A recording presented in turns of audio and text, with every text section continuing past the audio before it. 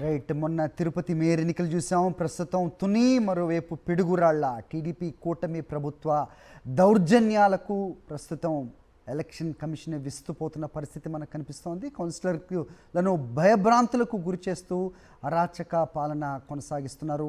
పల్నాడు జిల్లాలో పిడుగురాళ్లలో ప్రజాస్వామ్యం కూని అయిన దాఖలాలు కనిపిస్తున్నాయి. మరోవైపు టీడీపీ ఎమ్మెల్యే ఎరపతినేని శ్రీనివాసరావు అరాచకమే సృష్టిస్తున్న పరిస్థితి కనిపిస్తోంది. బలం లేకపోయినా వైస్ చైర్మన్ పదవి కోసం ప్రజాస్వామ్యాన్ని కూని చేస్తూ విచ్చలవిడిగా దౌర్జన్యాలకు పాల్పడుతూ శాంతి భద్రతల నెపంతో శాంతి భద్రతలకు విఘాతం కలిగిస్తూ అదే నెపంతో ఎన్నికలను వాయిదా వేయిస్తున్న దృశ్యాలు మనం ప్రస్తుతం చూస్తున్నాం. పల్నాడు జిల్లా పిడుగురాళ్లలో ప్రజాస్వామ్యం కూని అయింది. టీడీపీ ఎమ్మెల్యే ఎరపతినేని అరాచకానికి అడ్డు లేకుండా పోయింది. ఇటు తుని అటు పిడుగురాళ్ల రెండు మున్సిపల్ ఉప ఎన్నికలపై అప్డేట్స్ మా కరెస్పాండెంట్ సతీష్ అడిగి తెలుసుకుందాం. సతీష్, చెప్పండి.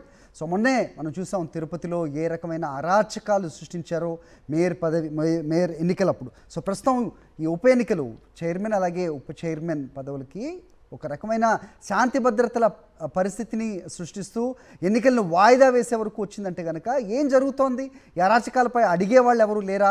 పోలీసులు కూడా వాళ్ళకే వంత పాఠాన్ని ఏ విధంగా చూస్తున్నారు? ఏంటి మీ దగ్గర ఇన్పుట్స్?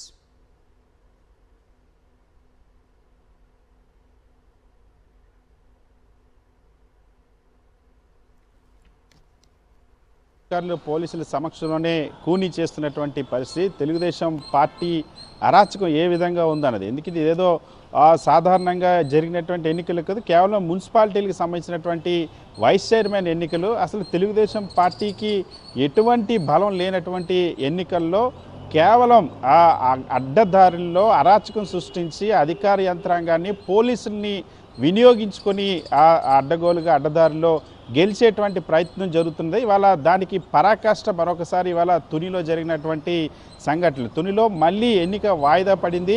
ఈరోజు కూడా తెలుగుదేశం పార్టీ నాయకులు, తెలుగుదేశం పార్టీకి సంబంధించినటువంటి రౌడీ మోకులు, తెలుగుదేశం పార్టీకి సంబంధించినటువంటి అల్లర్లు సృష్టించే వాళ్ళంతా కూడా వచ్చి తుని ఎన్నికల్లో జరగకుండా విధ్వంసం సృష్టించారు.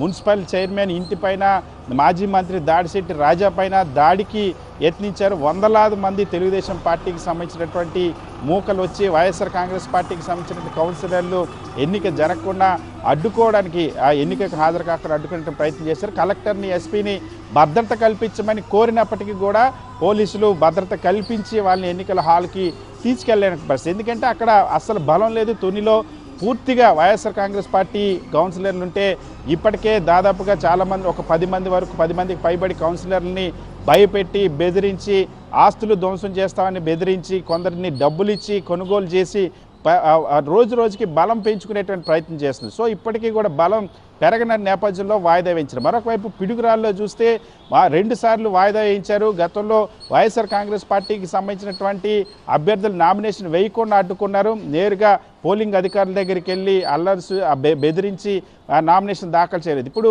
ఈ 10 రోజుల గ్యాప్లో మొత్తం వైఎస్ఆర్ కాంగ్రెస్ పార్టీకి సంబంధించిన కౌన్సిలర్ లేకంగా నిర్మాణంలో ఉన్నటువంటి ఇల్లును ప్రొక్లైనర్ పంపించి మరి బుల్డోజర్లు పంపించి మరి కూల్ చేసి మరి బెదిరిస్తున్నటువంటి పరిస్థితి. సో పూర్తిగా అధికార దుర్వినియోగం అన్నది ఏ విధంగా జరుగుతుంది, అరాచక పరిపాలన ఏ విధంగా సాగుతుంది అన్నది ఈ వైస్ చైర్మన్ ఎన్నికల సందర్భంగా బట్టబయలవుతుంది.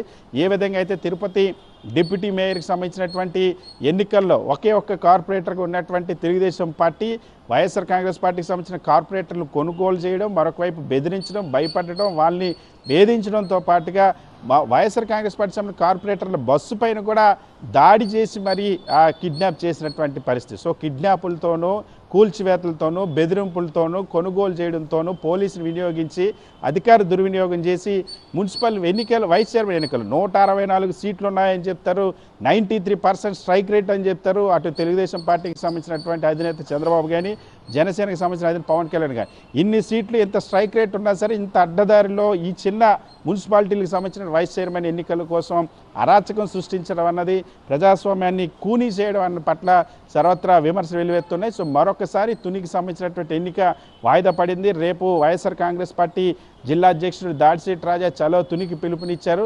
సో వైఎస్ఆర్ కాంగ్రెస్ పార్టీ తీవ్రంగా ప్రతిఘటిస్తున్నప్పటికీ కూడా తెలుగుదేశం పార్టీ పోలీసు యంత్రాంగాన్ని వినియోగించి అరాచకం సృష్టించడం పట్ల సర్వత్రా విమర్శలు వెలువెత్తున్నాయి. హరి. రైట్ సతీష్.